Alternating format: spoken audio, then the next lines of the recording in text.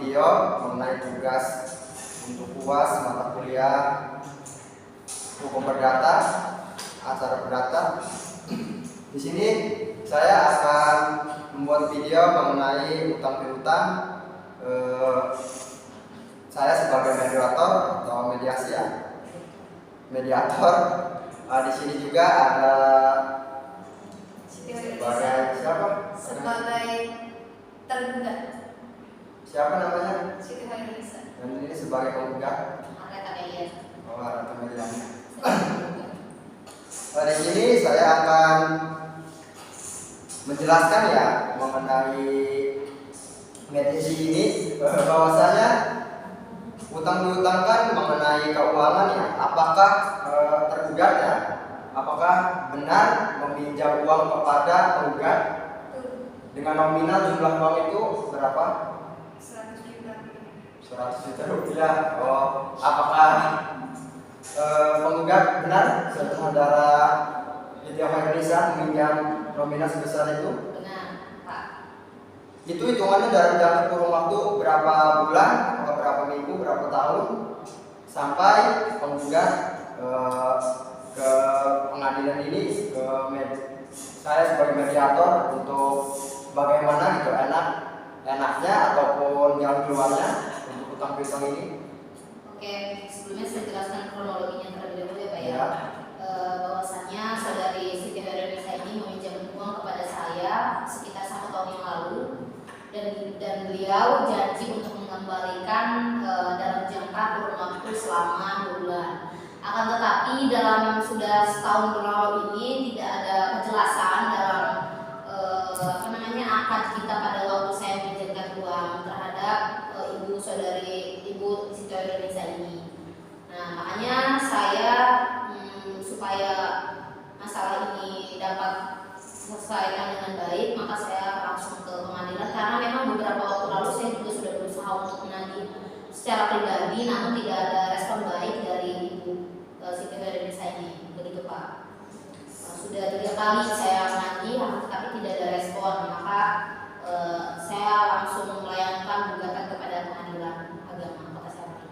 Mengapa saudara Siti Hairunisa sedangkan sudah berjanji membalikan 2 bulan, waktu 2 bulan dengan hal tersebut, untuk apakah uang tersebut dikelola di kemanakah, dimanfaatkan kemanakah, akan tetapi tidak membalikan dengan waktu yang tepat pula? Iya. Baik, di sini saya akan menjelaskan ya kenapa saya tidak bayar atau saya mencoba lari gitu kan dari tanggung jawab ini, karena saya baru saja di beberapa hari yang lalu saya di PHK dari perusahaan saya. Jadi saya tuh pusing Pak. Jadi saya gimana ini cara untuk melunasi utangnya itu.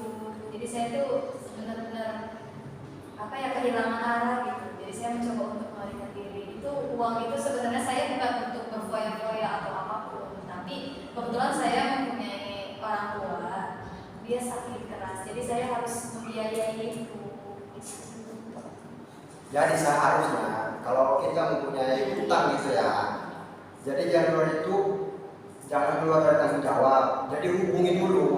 Jadi jangan lari dalam keadaan penggugat tidak mengetahui apapun. Dikabari dulu, minta keringanan waktu ataupun dalam jangka 2 tahun supaya dapat uang 100 itu dapat terlebih dahulu. Nah, setelah itu kalau sudah menghubungi, sudah mengkonfirmasi, mungkin penggugat juga tidak melarikan ke pengadilan karena uang tersebut kan tidak nominal, tidak kecil. Mungkin penggugat juga benar karena itu juga uang kan untuk kehidupan kita ya.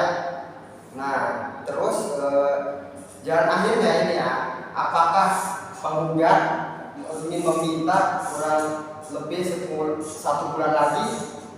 Kalau iya, balik lagi ke pengadilan, ntar supaya tergugat ini Siti Hairunisa mengembalikan utangnya kepada saudara Aneta.